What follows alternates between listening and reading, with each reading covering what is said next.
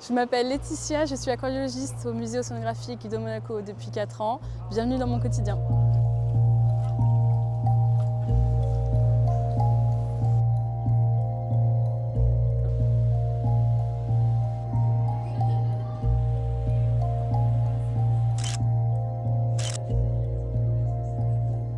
Tous les matins et tous les soirs aussi, on vérifie la GTC, donc c'est un logiciel spécial pour vérifier tous les paramètres de nos aquariums.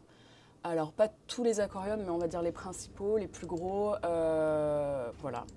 Donc là, on a en jaune la température, on voit qu'elle est parfaitement stable. En rouge, la salinité, donc le taux de sel dans l'eau qui est parfaitement stable aussi. En violet, ça va être le pH. Et en bleu, c'est l'oxygène. Donc on fait attention à ça. Là, il y a une toute petite variation, c'est pas très grave. Ce qu'on veut surtout, c'est pas descendre en dessous de 90 par exemple. C'est quelque chose qui n'arrive pas normalement, mais ce contrôle-là, il est important parce qu'il peut avoir des coupures, il peut avoir des soucis qui n'est pas forcément prévus. Et donc, grâce à ça, on va pouvoir vérifier ce qui s'est passé en fait et essayer d'en déduire des choses, surtout à partir de quelle heure il y a eu un problème et essayer de le régler au mieux. La GTC, elle est reliée à un téléphone qu'on a sur nous tous les jours et dès qu'il y a un souci, il y a des alarmes qui se créent. Donc au-dessus d'une certaine valeur ou en dessous d'une certaine valeur, on va être appelé sur le téléphone et ça va nous dire attention, dans le bac à requins, l'oxygène est bas, par exemple. On va vérifier sur la GTC le comment du pourquoi, à quelle valeur, etc. Et ensuite, on va aller régler le problème. Soit par nous-mêmes si on sait gérer le problème, soit on a une équipe technique avec un plombier, un électricien, etc. Et on va voir avec eux si le problème va au-delà de nos compétences.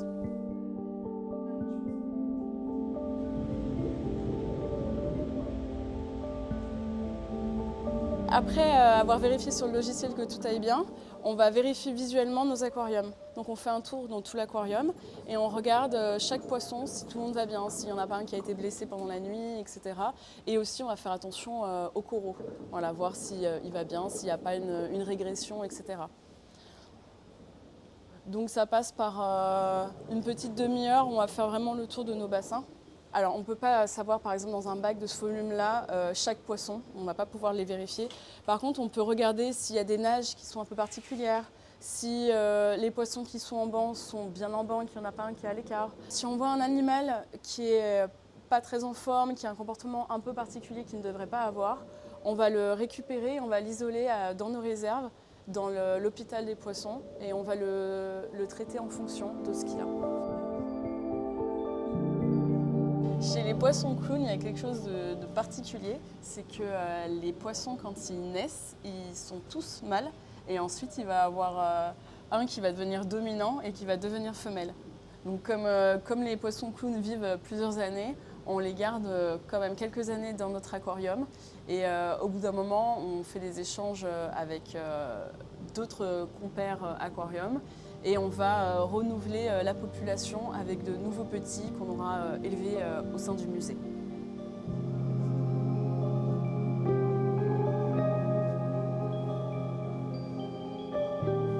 Il y a certains visiteurs qui peuvent se poser la question de savoir si tout est bien réel et bien vivant. Mais oui, en effet, donc tous les coraux, tous les décors qu'on présente sont vivants.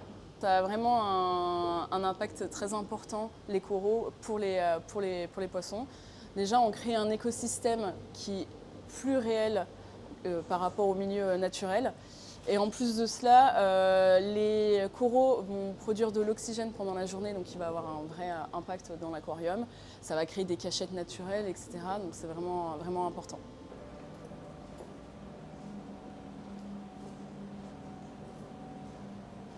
Donc là, on se trouve devant le grand bac à requins. C'est le bac préféré des visiteurs. Donc on a au sein de cet aquarium 2 requins pointe noire qui vont nager en surface. On a un requin nourrice, un requin zèbre et une raie guitare. Alors il faut savoir que les requins ne sont pas des grands prédateurs impitoyables comme on pourrait le penser. Au contraire, les requins ils sont très importants dans la mer et dans le milieu naturel. Ils vont aider à manger en fait, les animaux qui sont malades ou en difficulté et à avoir du coup un écosystème qui est vraiment stable. Donc ils sont vraiment importants, c'est un peu les nettoyeurs du milieu naturel.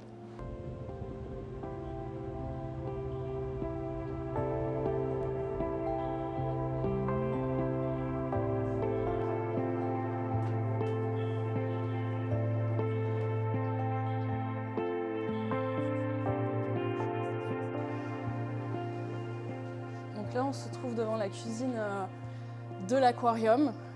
Donc les visiteurs peuvent nous voir en train de préparer à manger. On a tout ce qu'il faut pour faire une bonne alimentation de nos animaux tous les jours de la semaine. Donc la mission du musée océanographique, c'est de faire connaître, aimer et protéger l'océan. Et ça passe par montrer à nos visiteurs certaines de nos coulisses, notamment la cuisine. On a un planning de cuisine pour tous les jours de la semaine, pour chaque partie de l'aquarium. Donc la partie méditerranée, la partie tropicale, le grand bac à corail, le grand bac à requin, la réserve et la tortue à l'extérieur. Je ne vais pas m'en occuper moi spécifiquement tous les jours. On est 12 aquariologistes, donc au sein du secteur aquarium, parce qu'il y a plusieurs secteurs au sein du musée. Et effectivement, on va tourner au niveau de la cuisine. Il va y avoir une personne pour toute la semaine pour avoir vraiment un vrai suivi. Et ensuite, chaque semaine, on change en fait. C'est jamais le même aquariologiste qui fait la cuisine.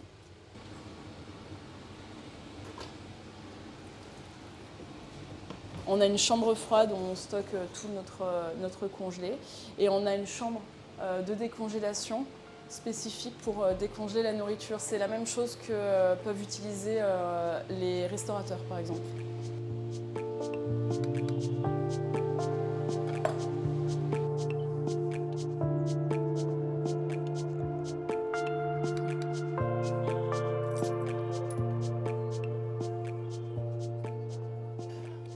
On a une salade pour la tortue. Hop. On va avoir des moules pour les plus petits poissons.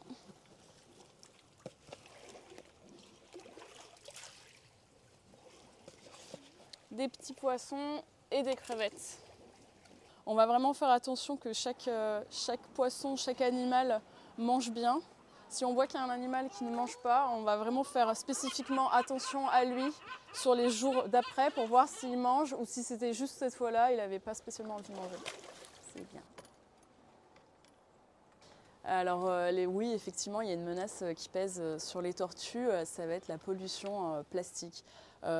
Typiquement, la tortue, ça va être vraiment un des premiers animaux qui va être impacté par cette pollution-là. Dans les centres de soins en France, on retrouve souvent dans les excréments des tortues des morceaux de plastique. Et donc la tortue est vraiment considérée comme un bio-indicateur de pollution. C'est aussi pour ça qu'on la présente à nos visiteurs pour qu'ils connaissent l'espèce et ils la protègent et qu'ils comprennent qu'ils peuvent agir en conséquence pour aider les animaux et notamment les tortues.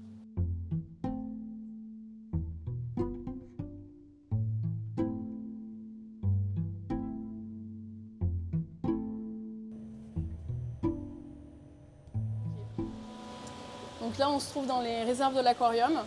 Il va avoir tout le stock de corail avec le bouturage des coraux. On va retrouver aussi l'aspect hôpital. Donc tous nos poissons qui sont en difficulté, qui ont des petits soucis, on va les descendre ici à la réserve et on va pouvoir les aider ici. Et enfin, on a aussi la reproduction et l'élevage larvaire de nos poissons. La reproduction, c'est très important pour nous au sein du musée. Ça nous permet de limiter notre impact sur le milieu naturel en évitant de prélever des animaux en fait. Donc on ne va pas pouvoir reproduire tous les animaux, tous nos poissons malheureusement, mais on va vraiment essayer de cibler et de donner tous nos efforts possibles pour reproduire le maximum d'espèces possibles. En ce moment, on a des petites sardines justement qu'on reproduit. Donc les étapes, c'est d'avoir déjà un groupe de sardines adultes qu'on va maintenir ici dans nos réserves. Ensuite, grâce à ça, on va pouvoir récolter les œufs grâce à des pièges spécifiques des collecteurs qu'on aura fabriqués nous. Et ensuite, ces œufs-là, on va les mettre dans un aquarium spécial avec des algues, donc du phytoplancton, avec de l'oxygène, un chauffage, tout ce qu'il faut pour le développement des larves. Donc là, on a des petits juvéniles de sardines qui sont un peu plus grands que celles qu'on a vues précédemment. Donc à partir d'un certain moment, au bout de quelques mois, 2 mois environ, on va les passer dans un volume beaucoup plus grand pour qu'elle puisse avoir l'espace pour pouvoir bien grandir. C'est une espèce en particulier qui a besoin de manger très très régulièrement. Donc on va vraiment faire attention à leur donner de la nourriture plusieurs fois par jour, 6, 7, 8 fois par jour, jusqu'à qu'elles grandissent à une taille convenable.